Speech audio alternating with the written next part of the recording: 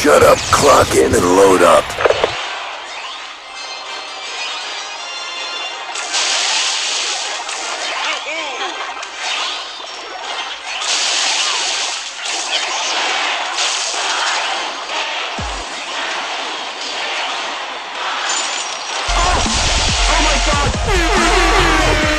Oh, baby, a triple! Oh, yeah!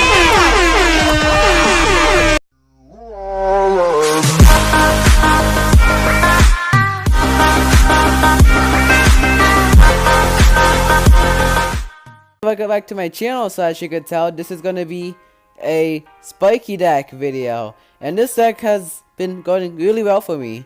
I mean, I've been going on a kind of big winning streak until I disconnected. So yeah, that sucks. But as you can see, I might have watched this deck on TV Royale, and it won a Sparky deck too. So yeah, I thought it was pretty interesting. So I watched it. Of course, you already know who won because you just saw like a few seconds ago.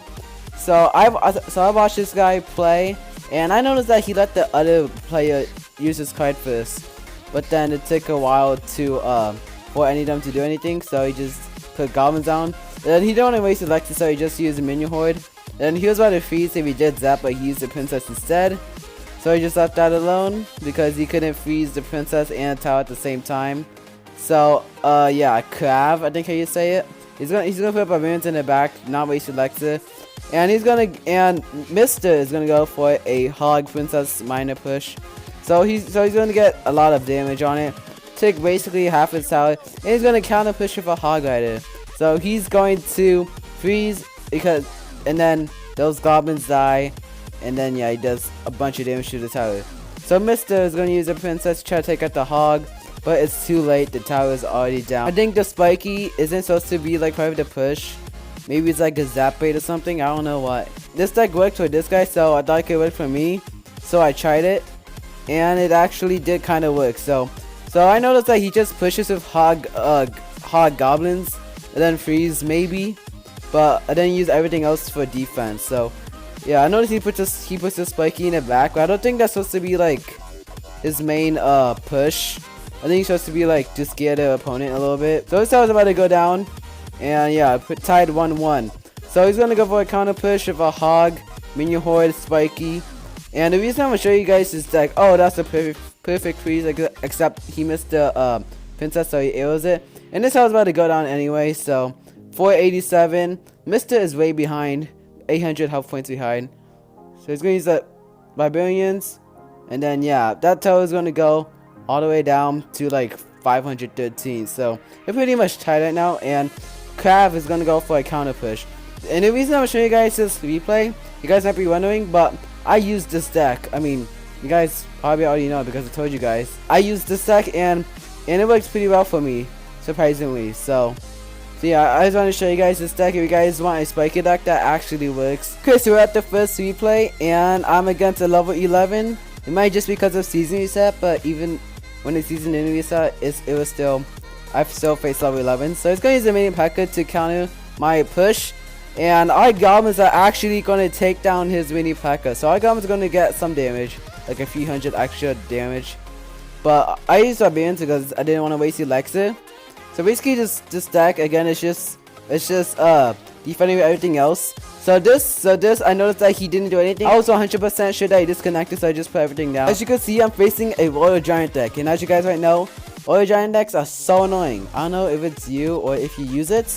If you do, screw you. Just kidding. Don't unsubscribe. But yeah, Royal Giants are pretty annoying. Even if you use it, you must know how annoying they are. So I messed up a little bit on that Goblin placement, but he messes up the tornado really badly. He doesn't even get my hog rider. So he has to use 8 Alexa just to stop my 6 Alexa push. And my princess still alive, so I decided to use minion horde, but then he's gonna fireball. So then yeah, I'm just gonna let his barbarians get some damage, not that much. So I'm gonna use a Sparky in the back because it's better than anything else.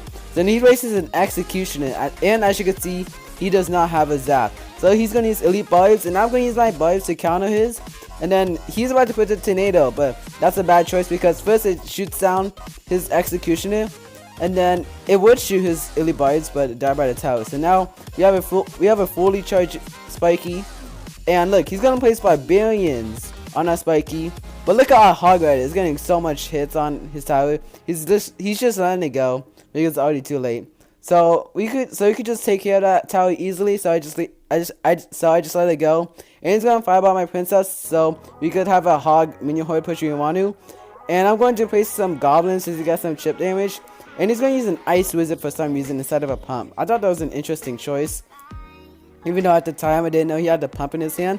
But he's going to put a royal giant on the left side.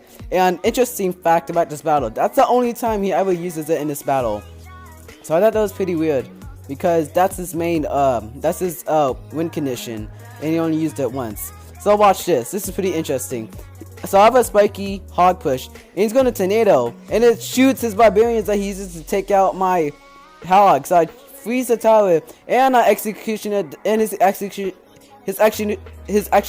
dies, and we have 2 spikies, and our princess takes down. Oh my god, there's so much happening right now. He just gives up. He's not doing anything else. I can't. That was too much for me to explain, as you could see. So yeah, that was pretty cool. I know these battles are just 3 counts. I'm gonna show you guys this too. This guy didn't just give up. I mean, he not at first, but he did later. So yeah, spoiler alert. So I'm going to place a spiky because it's better than anything else. I'm gonna use a minion horde, and then I didn't arrow it because I didn't know he had it. I arrowed it, but way too late. So yeah, I died. Actually, no, it didn't. It had like, yeah, that was some huge value. So I knew he had no elixir, so I decided to freeze. Yeah, that was a pretty good choice. He's gonna use elite vibes, but yeah, they got a bunch of damage on the tower, but I stop it as soon as I can. So he did a lot of damage, but we took his tower, so that's even better. So that's gonna die by the spiky. He knows gonna do something to take down his spiky, so he uses executioner, and then I get mad because that was a good choice by him, and I didn't know what to do because this spiky was about to get hit. So I just decided to use goblins and then arrow all that because even though that was a waste. I realized right after, but I didn't want to say oops because I didn't want to feel like a dummy. So he's going to kill my princess. And then I knew he had no elixir, so that's GG. So basically in this deck, you just push a hog goblin and then freeze maybe. Save the freeze as like a surprise card. But I know all these have been 3-count battles. So I'm going to show you guys one that was actually pretty cool. Especially at the end. You guys need to watch to the very end. If I tell you now, you probably won't believe it, so that's why you have to watch it. So I'm about to push up hog goblins on the left side because we also have the princess to support, and I felt like freezing, but I didn't because I wanted to save it as a surprise. So we did some decent damage, and his mega minion is not going to get 1 hit on a tower. So I just decided to put minion horde on his archers because I didn't want to waste elixir. So it's going to put a golem on the left side, and it's going to take for those minions a little bit. So I decided to place a spiky on the golem because that's good for defense, of course. So I did that, and then he's gonna place a graveyard. So I had nothing for the graveyard, so I had to use barbarians, and he's gonna use minions to take down our spiky. But he zaps so that his golem doesn't die. And yeah, he took out our spiky. I was pretty mad, but it's okay. He's only ahead by a little bit, only by like 500. So I decided to go for the counter push. Probably a bad idea because he has a huge elixir advantage on us. But we still got 1 hit. And we're still behind anyway, so that's just good. So we're going to use a princess to take care of all of that positive elixir trade. That's what OJ would say. Our princess is about to die, but it doesn't. Then he's going to zap our princess, and then I decided to use a spiky at the back on the left side because he's pushing on the left side, and we are also pushing on the left side. So he's going to use a golem right when it gets double elixir time, 60 seconds left. And I decided to use a minion horde because there's nothing else to do. So he's just going to let that go. He's going to use some minions to take care of that quick hit and mega minion. And I'm going to use arrows to take care of all of that. And he's going to use guards for some reason. I don't know why. That was a pointless guards. He zaps way too late though. So that's good for us. I said wow because I was surprised. I honestly thought that this push was a lot bigger than it was. I used way too much on it. Like I didn't need that minion horde, but it was too late. So I decided to go for the counter push. And we have a hog minion push, and then I decided to save the freeze because he doesn't know we have it. So of course I use it, and that's gonna take out the tower. And then he's gonna try to defend, but it's too late.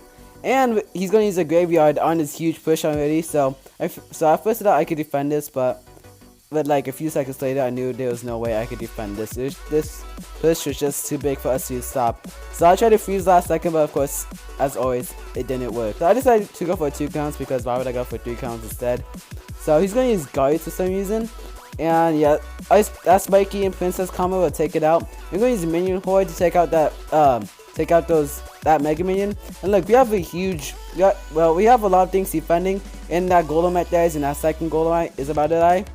And look, he puts guards so that our tower takes it out. And we have 2 Spikies. I didn't know what to do at this point because the Minion Horde is right there. So I had 2 cycles to it. And look, we have a freaking, I'm going to do half speed. Look, we have a Minion Horde, 2 Spikies, and a Princess, and I'm about to use a freeze. So I freeze all that. The Hard has 1 hit left, and he uses a pump way too late, so that's GG. Look how much stuff is on his tower. That was a lot of stuff. So as you could see, Sparky is really good if you use it right. I mean, it's annoying when a Sparky gets a hit on your tower. So yeah, basically you just push with hard goblins and then freeze if you need it, defend everything else. You can also get some chip damage or princess or arrows if you need it, or goblins. But yeah, that's basically it. So just put Sparky in the back when you have nothing else to do. And also it's good at defending, but not against a hog because you could just lightning it or rocket it or zap. Zap is the biggest weakness to Sparky, so that's why you have to be careful and not depend on Sparky all the time because you have Hog Rider for a reason. So yeah, I just want to share this deck with you guys. If you have the Princess too, you guys could use this deck. I suggest it if you want to try to use Sparky, or if you have these 2 legendaries only. So yeah, I just want to share this deck with you guys because it works for me, and I'm pretty sure it will work for you too. And as you guys know, my 400 subscriber video was yesterday, and we are already about to get to 500 subscribers. So after I get to 500 subscribers, I'm going to do the 500 subscriber video, and then instead of doing the next one at 600, I'm going to make it so that after the 500 subscriber video, I'm going to do it at 1,000, and then 2,000, and every 1,000. Until maybe we get to 5,000, then 10,000, and every 10,000. I don't know, it just depends how fast we get there. But yeah, that's what I'm thinking. Because if I do it every 100, it will be too much. And these subscriber videos are supposed to be special videos that happen once in a while, not like every other video. So for 500 subscribers, I've been getting some comments on doing a funny moments compilation, and that sounds like a good idea. I might do that, but you guys should still tell me what to do for 500 subscribers, because if I like another idea more, then I would do that idea instead. And yeah, so that's gonna be it for this video. So let me know of future video ideas, and until next time, see ya.